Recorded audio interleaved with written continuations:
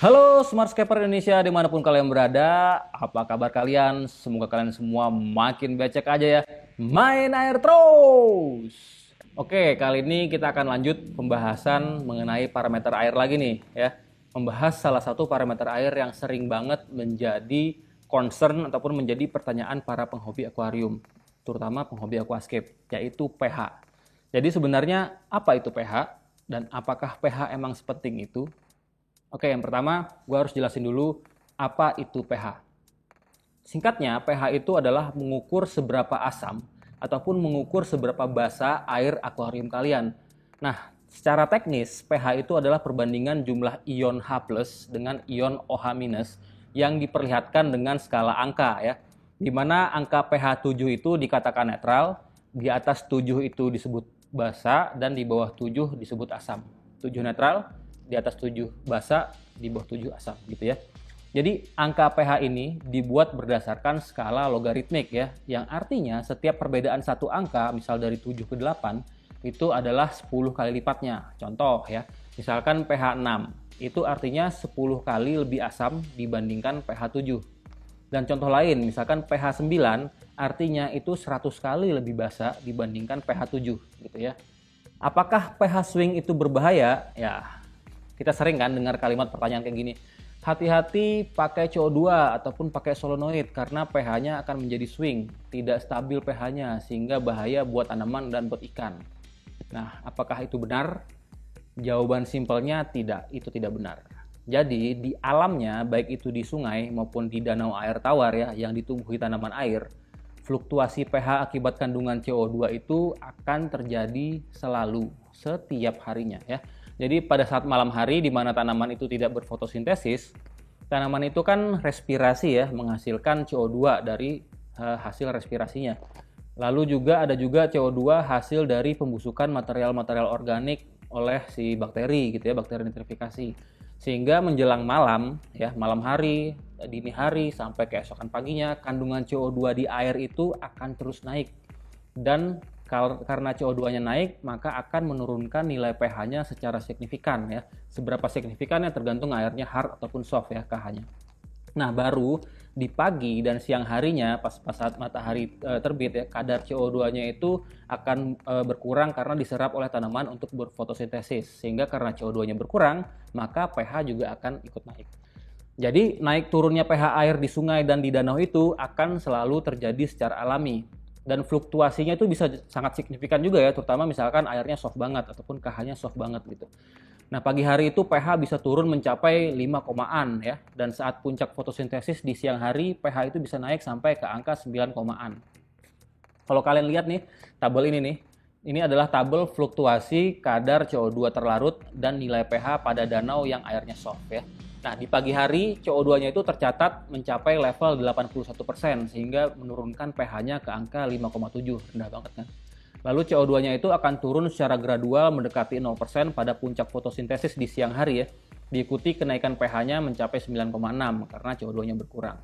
Lalu menjelang sore, saat level fotosintesis itu sudah menurun, CO2-nya itu mulai naik lagi mencapai 54% sehingga menurunkan pH kembali menjadi 6,4 ya. Dari tabel itu juga udah terlihat perubahan sesignifikan itu aja tidak berefek buruk buat tanaman maupun fauna di alamnya ya. Begitu pula di akuarium, pH swing akibat on-off-nya CO2 dari solenoid kalian ataupun misalkan kalian hidup atau matikan manual gitu ya, itu tidak akan menyebabkan masalah. Asal kalian bisa menjaga level oksigennya itu tetap tinggi di air ya. Nah, lebih rinci mengenai hubungan antara CO2 dan oksigen bisa kalian lihat di video yang ini ya. Gue udah pernah bikin videonya. Apa sih sebenarnya hubungan KH dengan pH ya? Gue udah pernah jelasin juga sebenarnya KH itu adalah karbonat hardness ya. Karbonat hardness ini sangat erat kaitannya dengan pH. Dia fungsinya itu sebagai buffernya pH ataupun penahannya si pH.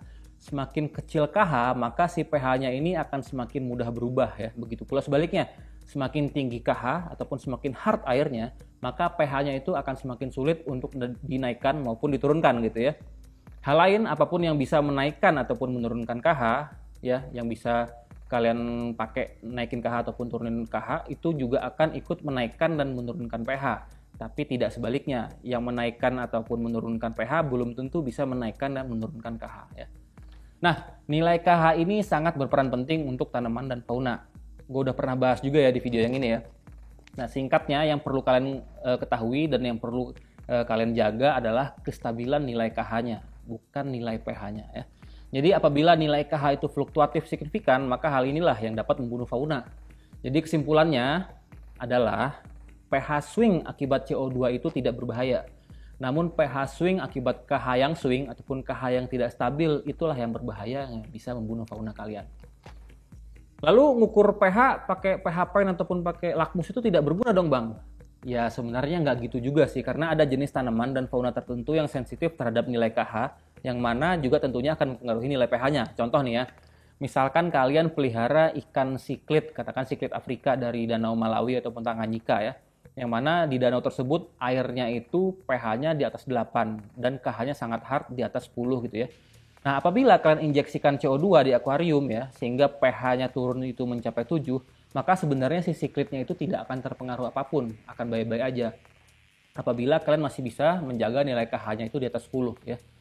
Namun apabila misalkan CO2-nya itu kalian kasih terlalu ekstrim, kencang banget sehingga bisa menurunkan pH menjadi katakanlah 5 komaan gitu ya, maka mungkin siklitnya juga tidak akan bisa bertahan ya, akan ngap-ngapan. Nah sebenarnya bukan CO2-nya ataupun perubahan pH-nya yang membuat si siklit itu tidak bertahan. Namun nilai pH 5 komaan tadi itu udah sangat ekstrim di luar ataupun sangat ekstrim di bawah rentang pH alami si ikan tersebut, yang mana mungkin kisaran 8 komaan gitu ya. Nah hal lain yang menurut gue lebih penting adalah kita itu memantau pH dan memantau KH itu juga tujuannya adalah untuk mengukur jumlah CO2 terlarut di aquascape kalian. Seperti yang udah pernah gue jelaskan ya, yang pakai tabel itu ya. Oke, pertanyaan berikutnya pasti akan ada yang nanya, lalu berapa bang pH yang ideal untuk fauna? Nah sebenarnya sebagian besar fauna ataupun ikan hias air tawar itu akan nyaman hidup pada rentang pH kisaran 6-8 ya. Nah jika di alamnya ada ikan hidup di luar pH tersebut, misalkan di pH yang sangat asam, misalkan dari Amazon Blackwater gitu ya, pH-nya 4 atau 5, sebenarnya ikan tersebut masih bisa kalian hidupkan dengan pH yang mungkin kisaran 6 komaan ya, agak asam gitu. Tapi mungkin tidak bisa bertahan pada pH yang lebih basa gitu, mungkin di 8 komaan, karena itu sudah sangat ekstrim di luar rentang pH alaminya. Nah begitu pula misalkan kayak ikan siklit Afrika yang mana di alamnya hidup pada pH basa 8-9 masih oke, misalkan kalian hidupkan pada pH agak basa ya, 7 kecil ataupun 6 gede gitu. Namun mungkin kalau lebih asam dari itu si siklitnya juga tidak akan bisa bertahan. Berapa pH yang ideal untuk tanaman? Nah, sebagian besar tanaman hias air tawar itu akan tumbuh optimal juga mungkin kisaran rentang pH 6-7 ya. Itulah mengapa aquasoil ataupun soil khusus aquascape itu mengandung peat ya, dan juga mengandung tanin agar bisa menurunkan pH di rentang 6-7 dan juga nurunin KH sih. Mungkin jadi agak soft gitu ya. Walaupun sebenarnya ada beberapa jenis tanaman tertentu itu membutuhkan pH yang lebih asam ya, di luar rentang pH 6-7 tadi, di bawah 6 ataupun bahkan di atas 7. Misalkan kayak yang di atas 7, tanaman-tanaman dari danau yang di Sulawesi, itu pH-nya rata-rata 7 komaan atau 8 komaan. Jadi pH itu bisa membunuh bakteri nitrifikasi nggak bang kalau pH yang sangat rendah? Ya jawaban singkatnya enggak ya. Banyak sungai, terutama sungai Blackwater di Amazon dan di sekitarnya itu memiliki pH yang sangat asam, mungkin kisaran 4 komaan atau 5 komaan. Dan ekosistemnya baik-baik aja, bakteri nitrifikasi masih bisa bertahan hidup di pH serendah itu ya. Bahkan gue pernah baca, bakteri itu masih bisa hidup dengan pH di bawah 4 ya, itu udah sangat asam ya. Tapi mungkin kemampuannya akan sedikit menurun, mungkin dia jadi males gitu ya, sama kayak kalian biasa di tropis, anget, pindah ke kutub bareng orang Eskimo jadi males-malesan.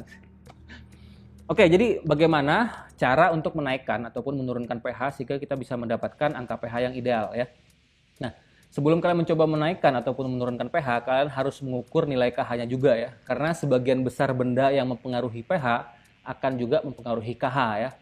Jangan sampai KH-nya itu terlalu rendah dan jangan sampai KH-nya itu juga terlalu tinggi. Jadi penting kalian mengecek KH-nya dulu ya.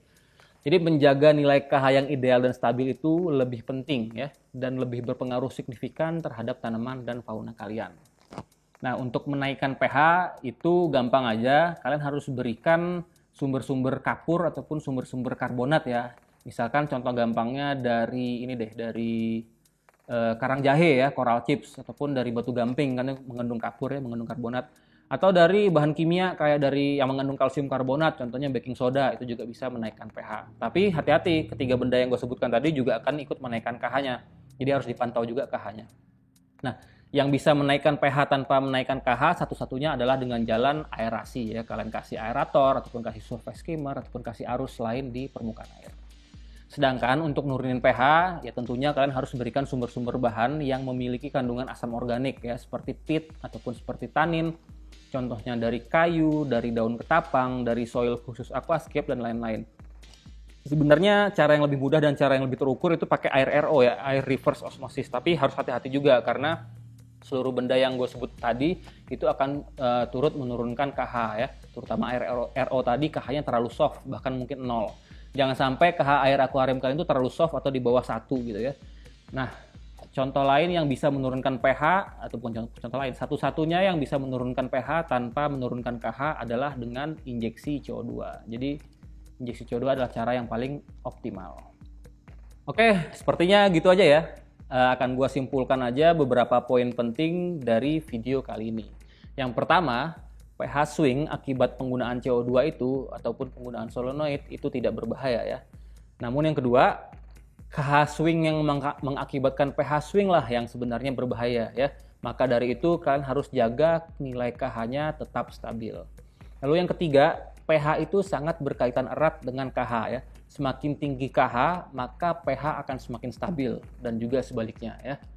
Lalu yang keempat, kalian harus selalu memantau pH dan KH kalian untuk bisa mengetahui jumlah CO2 terlarut karena CO2 itu adalah faktor paling penting di aquascape. Yang kelima, pH ideal untuk aquascape itu kisaran 6-7 atau mungkin 5,an sampai 6 ya. Tergantung dari pemilihan tanaman dan pemilihan fauna kalian.